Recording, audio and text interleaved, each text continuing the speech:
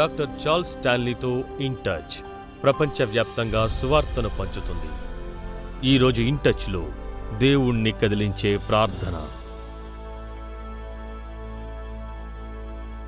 మీ ప్రార్థనలకు జవాబు ఎందుకు రాలేదో మీకు తెలుసా? మీరు వాక్యం చదువుతూ దేవునితో సహవాసం ఉన్నప్పటికీ మీ ప్రార్థనలకు జవాబు ఎందుకు రావట్లేదు?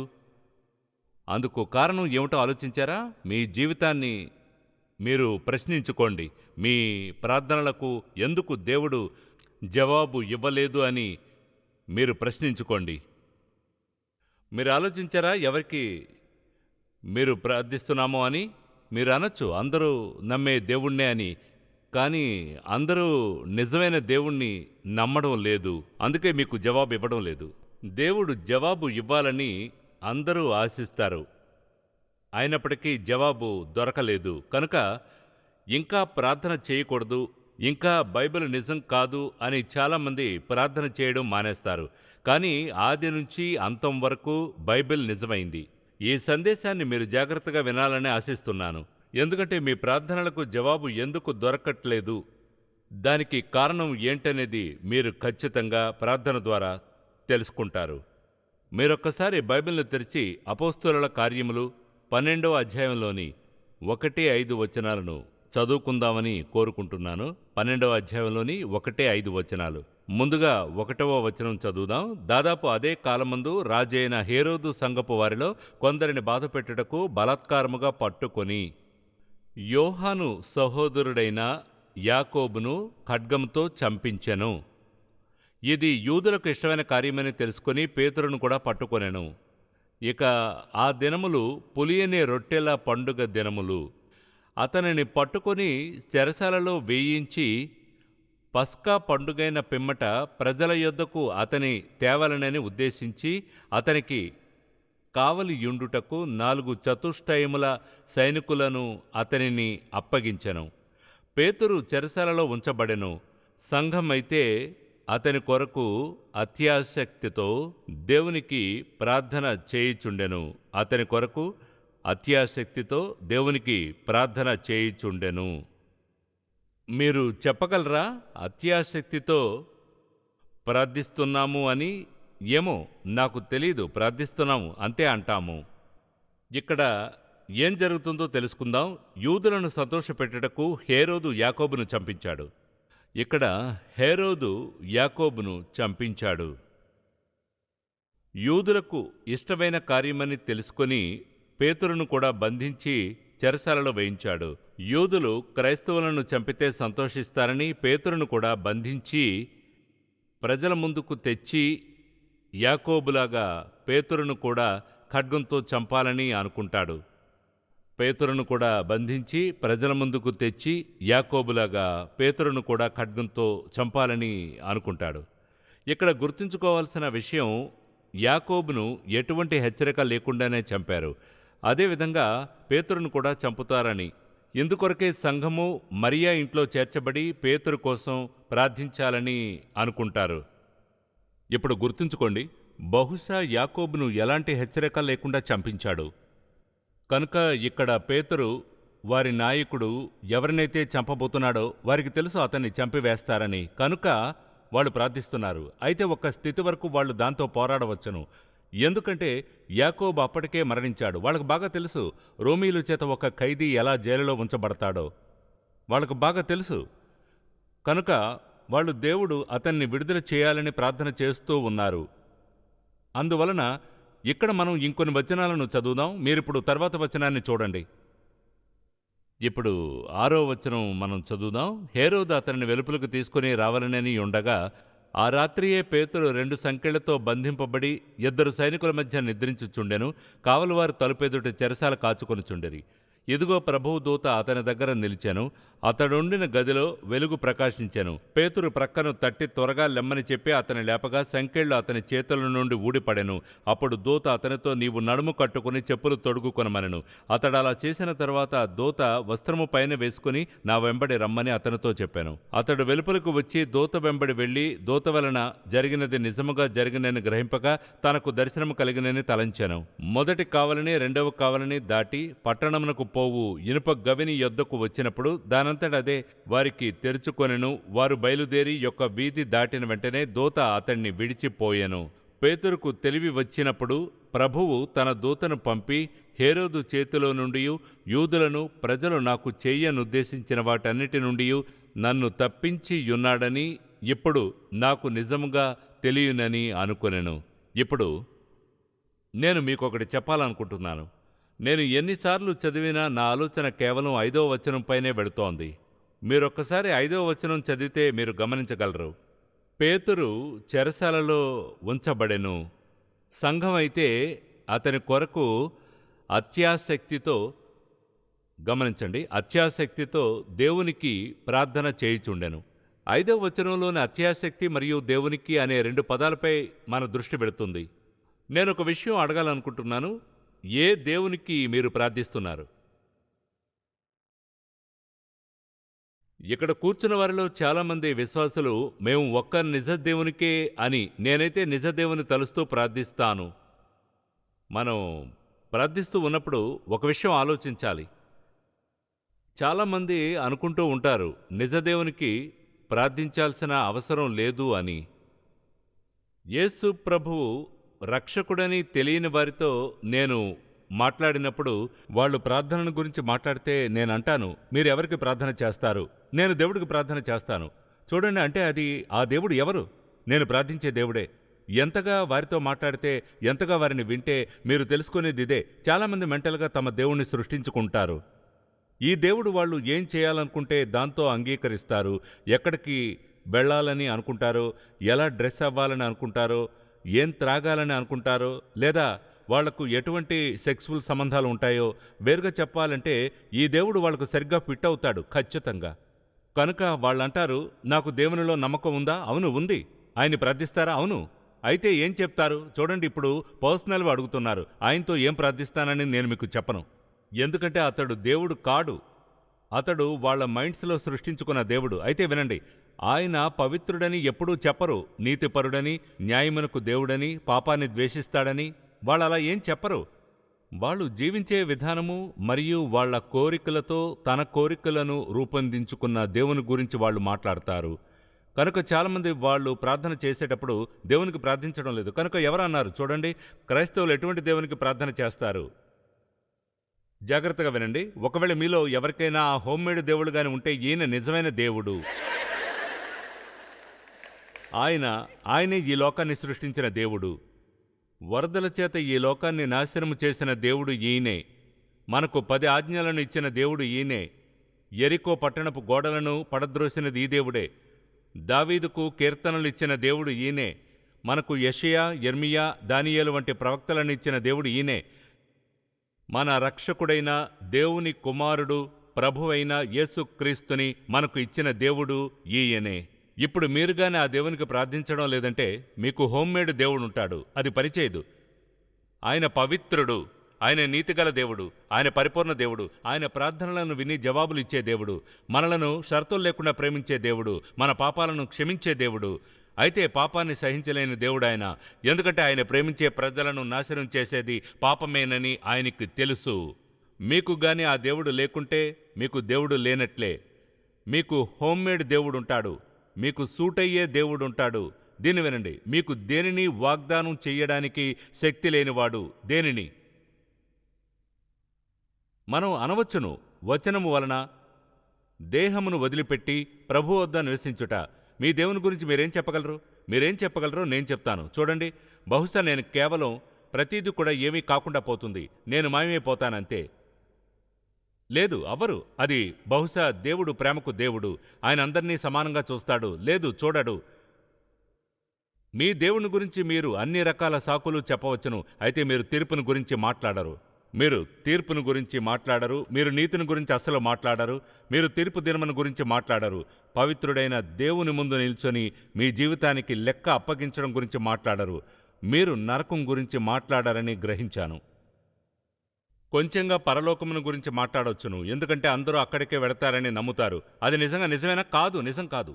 కనుక మీ దేవుడు మీకే దేవుడు, కానీ మీ దేవుడు మీకోసం ఏమీ చెయ్యలేడు. ఏదేవైనా అతనికి శక్తి లేదు, ఎందుకంటే అతడు మీ ఊహల్లోని దేవుడు. ఏ దేవుడైతే నిజమైన నిత్యత్వపు దేవుడో ఆ దేవుణ్ణే కొన్ని క్షణాల క్రితం నేను వివరించాను. మనకు 10 ఆజ్ఞలను మరియు బ్యూటిట్యూడ్స్ని మరియు బైబిల్లో ఉన్న అద్భుతమైన వచనాలను ఇచ్చినది దేవుడు ఆయనే. ఇప్పుడు మీరు ఏ దేవుణ్ణి ప్రార్థిస్తున్నారని నేను అడగడానికి కారణం ఏంటంటే, మీరు గాని నిజమైన దేవుణ్ణి ప్రార్థించడం లేదంటే మీ జీవితంలో ఎటువంటి మార్పును అది తీసుకురాలేదు. ఇప్పుడు ఈ క్రైస్తవులు పేతురుని చెరసాలలో పెట్టారని విని అందరూ కూడి వచ్చారు. వాళ్ళు అతని కొరకు మధ్యవర్తిత్వం చేసి ప్రార్థించడం మొదలుపెట్టారు. మీరు ఈ భాగాన్ని చూసినప్పుడు ఆసక్తికరంగా ఉంటుంది. ఏం జరగబోతుందో ఆలోచించడానికి సిద్ధంగా ఉండండి. ఏమనంటే కొంచెంగా వాళ్ళు వాళ్ళ ప్రార్థనలలో కష్టపడాల్సి వచ్చింది. నేను గాని వారిలో ఒకడినై ఉంటే బహుశా కష్టపడేవాడిని. అందువలన మానవుల దృష్టికోణం నుంచి ప్రతి ఒక్క మనిషి దృష్టికోణంలో పేతురుని రేపు చంపబోతున్నారు. రేపు అంటే అది పేతురుకు మరణం. కనుక వాళ్ళంతా మరియా ఇంటిలో కూడి ప్రార్థించడం మొదలుపెట్టారు. అసాధారణమైనదేదో చేయమని వాళ్ళు దేవుడికి మొరపెట్టుకున్నారు. వారి కొరకు అద్భుతమైనదేదైనా చేయమని. ఎందుకంటే అతడు వారికంత కావలసినవాడు.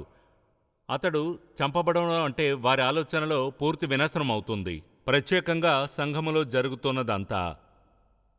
సరే, కొన్ని నిమిషాల క్రితం ఏం జరిగిందో మనం చూశాం. పేతురు జైల్లో ఉన్నాడు.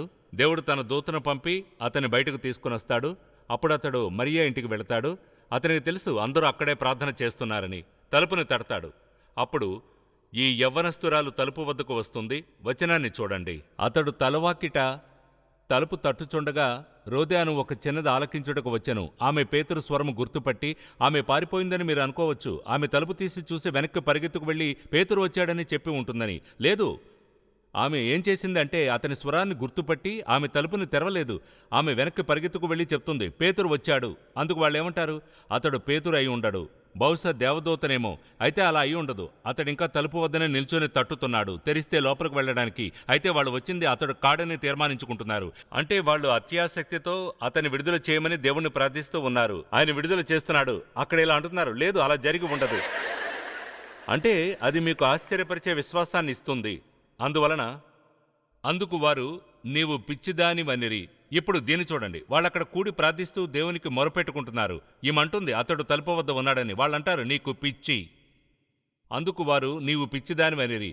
అయితే ఆమె దృఢంగా చెప్పినప్పుడు పేతురింకనూ తట్టుచున్నందున ఇప్పుడు ఆశ్చర్యంగా ఉంది అతడేమనుకుంటున్నాడు అని. వారు తలుపు తీసి అతన్ని చూసి విభ్రాంతి నొందిరి. అంటే దేవుడు ప్రార్థనకు జవాబిచ్చాడు. ఇక్కడ మనం ఏం చూడాలంటే దీనిని మళ్ళీ మళ్ళీ చెప్పాలి, ఎందుకంటే మీరు దీన్ని మిస్ చేయకూడదు కనుక. అందుకే దీన్ని మళ్ళీ మళ్ళీ చెప్పాల్సి వచ్చింది. బైబిల్ చెప్తుంది వారు దేవునిని ప్రార్థిస్తున్నారు అని. మిమ్మల్ని ఒకటి అడగనా? ఎంతమంది దేవుణ్ణి ప్రార్థిస్తున్నారు? ఎన్నిసార్లు మీ మోకాళ్ళూని దేవునితో మాట్లాడడం మొదలుపెట్టారు? దేని గురించి మీరు చింతిస్తున్నారని చెప్పడానికి. ఆ తర్వాత మీరు మీ భర్తను గురించి, మీ భార్య లేదా పిల్లలు లేదా ఫినాన్స్ గురించి ప్రార్థించసాగారు. అదేవైనా సరే, తర్వాత మీకు తెలుసా మీరు వేరే దేని గురించో ప్రార్థిస్తారు. అసలైతే చూడండి, మీరు ప్రపంచంలోని అన్నిటిని గురించి ప్రార్థించారు, తర్వాత లేచి వెళ్ళిపోయారు.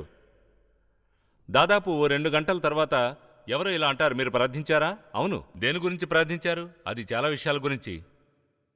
దేవునికి ప్రార్థన చేసినప్పుడు మీరు దేనిని గురించి ప్రార్థించారో మీకు తెలియాలి. ఇప్పుడు జాగ్రత్తగా వినండి.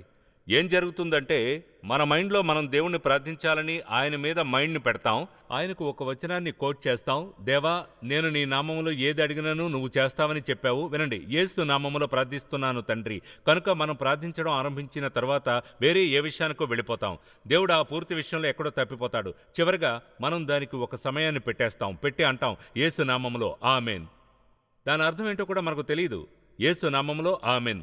కనుక మన ప్రార్థనలో చాలా భాగం లాభకరంగా ఉండదు, ఎందుకంటే దేవునికి ప్రార్థించము కనుక.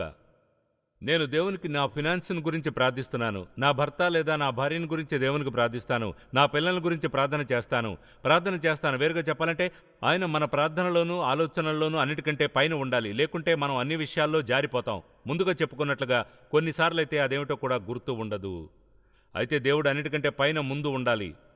దాని గురించి పరలోకపు తండ్రితో ప్రార్థిస్తున్నాను. నేను ఏదో అలా ప్రార్థన చేసుకుంటూ వేరే ఏదో విషయానికి వెళ్ళిపోయి ఎవరికి ప్రార్థిస్తున్నానో ఆయన ఎలా ఉంటాడో అన్నది నేను మర్చిపోతాను. ఆయన వద్దకు వచ్చినప్పుడు దేవుడు హెచ్చించబడతాడు. ఆయనతో మాట్లాడినప్పుడు హెచ్చించబడతాడు. మన ప్రార్థనలు విని జవాబులివ్వడానికి సిద్ధంగా ఉంటాడు. ఆయన అంటాడు, నాకు మొరపెట్టుము, నేను నీకు ఉత్తరమిచ్చేదను.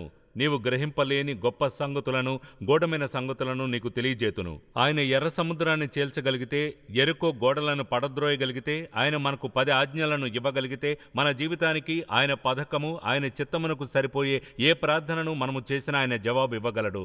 అందువలన ఆయన చూడండి, ఇక్కడ మీరు మరొక విషయాన్ని గమనించాల్సి ఉంది. వాటిని గురించి చెప్తుంది, వచనం చెప్తుంది. చూడండి, అతని కొరకు సంఘమైతే అత్యాసక్తితో దేవునికి ప్రార్థన చేయుచుండెను. అత్యాసక్తితో అంటే అర్థం ఏంటో తెలుసా? ఏదో కొంత ఉత్సాహం ఉంది, ఏదో ఒక ఫీలింగ్, ఏదో ఒక నమ్మకం ఉంది. అత్యాసక్తితో. మిమ్మల్ని ఒక ప్రశ్న అడుగుతాను. మీరు మీ పిల్లల్ని తీవ్రంగా ప్రేమిస్తారా? ఖచ్చితంగా చేస్తారు. అత్యాసక్తి అంటే మనపూర్వకంగా. నేను దేవునితో అత్యాసక్తితో మాట్లాడుతుంటే దాని అర్థం నేను ఆయనకు ఒక వచనాన్ని కోట్ చేయాలని ఉంది. మన ప్రార్థనలో వచనాలను కోట్ చేస్తాం. దేవునికి ఏదో గుర్తు చేయడానికి కాదు, కానీ ఏం చేయడానికంటే ఆయన వద్దకు మనం ప్రార్థన చేస్తూ వచ్చినప్పుడు ఆయన మనకు ఏ వాగ్దానం చేశాడో దానిని మనం గుర్తు చేసుకోవడానికి. అందువలన అత్యాసక్తితో ప్రార్థన.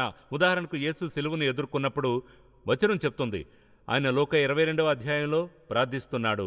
మరింత ఆతురముగా ప్రార్థన చేశాను అంటే ఆయన వేదన పడుతున్నాడు. నాకు ఆశ్చర్యం వేస్తుంది, మీరు నిజాయితీగా చివరిసారి ఎప్పుడు ఇలా అన్నారా అని. ఆయన కొరకు ఆతురతతో ప్రార్థించాను అని. దాని అర్థం మీ పూర్ణ హృదయాన్ని అందులో పెడతారు. దాని అర్థం మీరు బహుశా వారికి బదులుగా మీరు ఏడుస్తున్నారు. మీరు ఇలా అంటున్నారు, దేవా నువ్వు ఏం చెబితే అది చేస్తాను. వాళ్ళు ఎటువంటి పరిస్థితుల్లో నుంచి వెళుతున్నా సరే, దానికి ఏ సహాయం చేయమన్నా సరే, దేవా యేసు నామములో. కనుక అత్యాసక్తితో అంటే మీ పూర్ణ హృదయముతో. ఎక్కువగా ఎవరితోనైనా ఇలా అంటాం, మీకోసం ప్రార్థిస్తాను, కానీ ప్రార్థించం. చూడండి, నిజంగా మనం చేయకుంటే అలా చెప్పకూడదు. ఇప్పుడు ఎవరితోనైనా నేను వారి కోసం ప్రార్థిస్తానని చెప్తే వారి కోసం ప్రార్థిస్తాను. నేను గుర్తు చేసుకోవడానికి ఏవైనా చేయాలనుకుంటాను వారి కోసం ప్రార్థించడానికి. కనుక కొన్నిసార్లు ఇలా అంటాను, ఒక లిస్ట్ని వ్రాయాలి, గుర్తుంచుకోవడానికి ఒక లిస్ట్. ఇప్పుడు దీన్ని చూడండి, దేవుడు ఏవైనా చేయాలని మీరు అనుకుంటే చాలా విషయాలు ఆయన వద్దకు ఒక్కసారి రావడం వలన అది కట్ చెయ్యదు. ఎందుకంటే మీ ప్రార్థనలకు జవాబులు ఇవ్వడానికి దేవునికి కొన్ని ఇష్యూస్ మరియు పరిస్థితులకు సమయం కావాలి, పరిస్థితులను మేనేజ్ చేయడానికి, అరేంజ్ చేయడానికి. కనుక మీరు గాని ఒక్కసారి ప్రార్థించేలా అంటే దేవుడు నా ప్రార్థనలకు జవాబు ఇవ్వలేదు, ఆయన దానికి జవాబు ఇచ్చే విధానంలో మీ ప్రార్థనలకు జవాబు ఇవ్వడానికి మీరు ఆయనకు అవకాశం ఇవ్వలేదు, ఆయన ఎక్కువగా మహిమను పొందే విధానంలో ఇవ్వడానికి. ఈసారి మరో విన్నపం ఉంటే ఆయన వద్దకు రావాల్సింది అలానే అని. ఆయన అంటాడు, నాకు మొరపెట్టుము, నేను నీకు ఉత్తరమిచ్చేదను. నీవు గ్రహింపలేని గొప్ప సంగతులను, గూఢమైన సంగతులను నీకు తెలియజేతును. మీకసలు అర్థం కూడా కాదు. కనుక నేను మీతో గాని అంటే మీ దగ్గర లిస్టు ఉందా అని దాన్ని ఈ విధంగా చెప్పుకుందాం.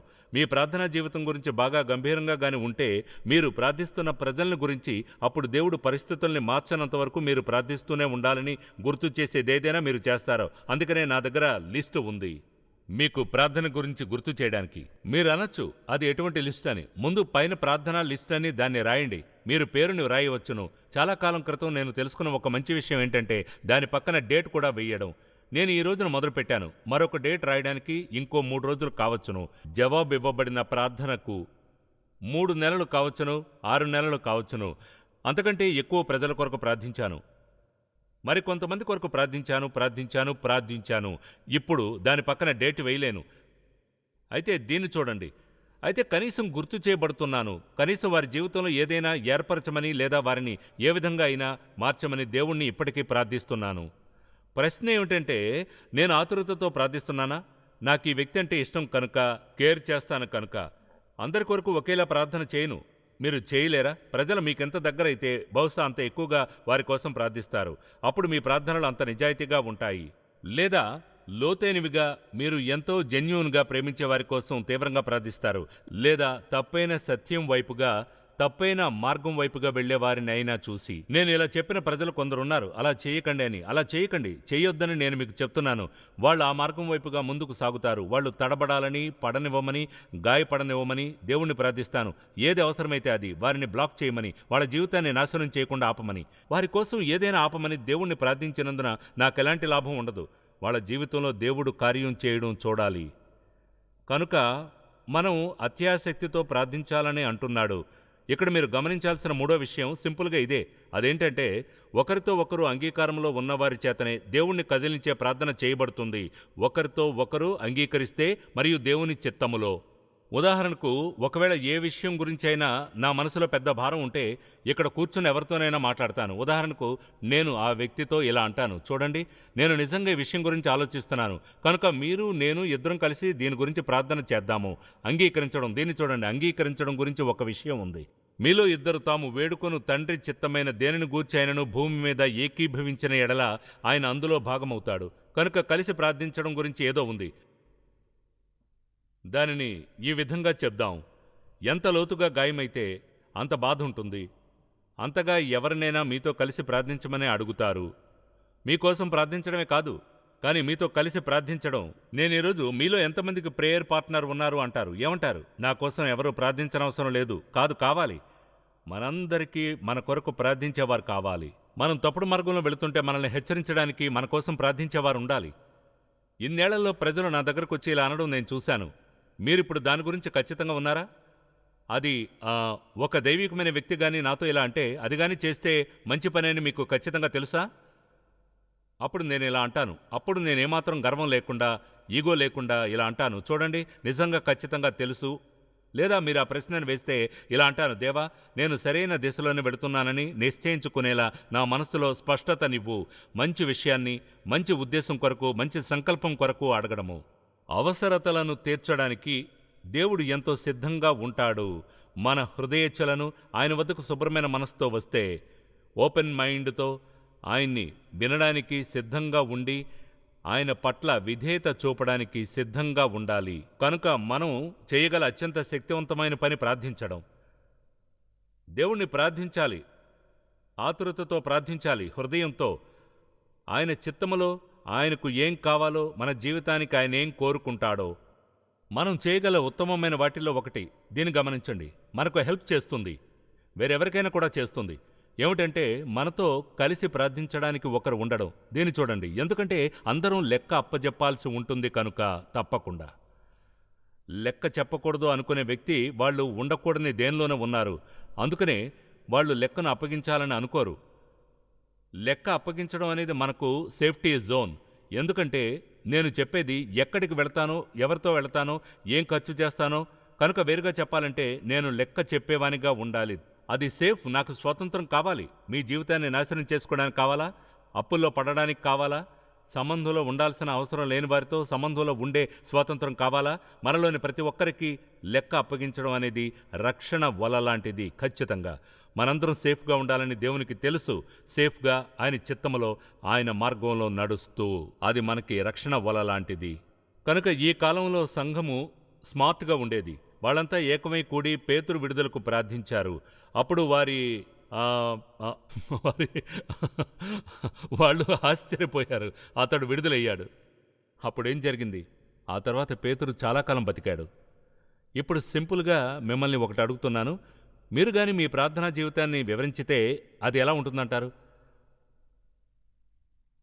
చూడండి, నేను రాత్రులు ప్రార్థన చేస్తాను. అది మనం దీన్ని అర్థం చేసుకుందాం. మీరు రాత్రులు ప్రార్థన చేస్తారంటే అర్థం ఏంటి? మీరేముంటున్నారో నాకు అర్థమైంది. అయితే మీరు కేవలం రాత్రులే ప్రార్థన చేస్తే నిద్రపోవడానికి ముందు నేనిప్పుడే చెప్పగలను మీరు సమస్యలో పడతారని. ఎందుకంటే ముందుగా మీరు ప్రార్థించడానికి ముందు సగం నిద్రలో ఉంటారు. కనుక ఏం చెప్తున్నారో కూడా మీకు తెలియదు. మీరు కానీ వేరుగా చెప్పాలంటే, మా అమ్మగారు నా చిన్నతనంలో నేర్పించిన ఏం జరుగుతుందో తెలియడానికి ముందే నాకు గుర్తున్న ప్రార్థనను చేయగలరు. ఇప్పుడు నేను నిద్రపోతున్నాను. నా ఆత్మను రక్షించమని దేవుణ్ణి ప్రార్థిస్తాను. లేవడానికి ముందుగానే మరణిస్తే దేవుడు నా ఆత్మను తీసుకెళ్లాలని ప్రార్థిస్తాను. బహుశా అది ఏమీ లేని దానికంటే బెటర్ అనుకుంటాను. అది ఉత్తమమైన ప్రార్థన కాదు.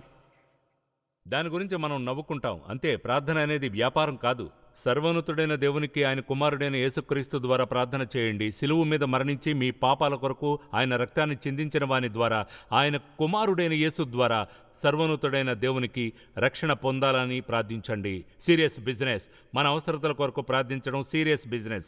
ఒకరి కొరకు మరొకరు ప్రార్థించడం సీరియస్ బిజినెస్. దేశం కొరకు ప్రార్థించడం సీరియస్ బిజినెస్. ప్రార్థన అనేది సీరియస్ బిజినెస్.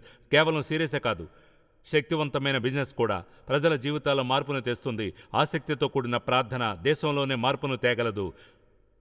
దైవజనులు ప్రార్థిస్తూ ఉండాలి. ఆమెన్. తండ్రి, మేము ప్రార్థించినప్పుడు నువ్వు సంతోషిస్తున్నందుకు ధన్యవాదములు. మా ప్రార్థనను విని జవాబివ్వడానికి, మమ్మల్ని బలపరచడానికి, మా విశ్వాసాన్ని పెంచడానికి, నిన్నెలా ప్రేమించాలో బోధించడానికి సిద్ధంగా ఉన్నందుకు. ఇప్పుడు ఈరోజు యేసునామములో ప్రార్థిస్తున్నాము. ఇక్కడ కూర్చున్న ఎవరైనా సరే, వింటున్న ఎవరైనా సరే, వాళ్ళెక్కడ ఉన్నా సరే, వారి ప్రార్థన లెక్కించబడితే వాళ్ళు అర్థం చేసుకోవడానికి సహాయం చెయ్యి. ముందుగా వారి పాపాలు క్షమించబడినందుకు వారి జీవితాలను యేసుక్రీస్తుకు వ్యక్తిగతంగా కమిట్మెంట్ చేయాలి. అది ప్రార్థనకు ద్వారాన్ని తెరిచి సాధ్యమయ్యేలా చేయగలదు. అది జరగడానికి ముందు లీగల్ ఫోర్స్ అంటూ ఏమీ లేదు. అది కేవలం మాటలే. కనుక ఈరోజు ఎవరైనా రక్షణ పొందాలని, బహుశా చాలామంది రక్షణ పొందాలన్నదే మా ప్రార్థన. అయితే ప్రభువా దేవా, వాళ్ళ జీవితంలో నీ మార్గం ఖచ్చితంగా ఉండాలి. మాలోని ప్రతి ఒక్కరిలోనూ, క్రైస్తవులమని చెప్పుకునే వారిలోనూ యేసు నామమును చెప్పువారిని మాకు మార్గదర్శనం చెయ్యి. మేమందరము ప్రార్థించేవారిలా ఉండాలన్నదే నా ప్రార్థన. యేసు నామములో ఆమేన్. నేటి ప్రోగ్రాం మీకు ఆశీర్వాదకరంగా ఉంటే intouch.orgలో మమ్మల్ని కలుసుకోండి. ఇంటచ్ ప్రపంచవ్యాప్తంగా ప్రజలందరినీ యేసుక్రీస్తుతో బలమైన సంబంధంలోకి నడపడం, స్థానికంగా ఉన్న సంఘాన్ని బలపరచడం. InTouch with doctor Stanley ప్రోగ్రాంను InTouch ministries సమర్పిస్తున్నారు. ఈ ప్రోగ్రాం చేయడం దేవుని కృపతోనూ మీ ప్రార్థనలు కానుకలతోనూ సాధ్యమైంది.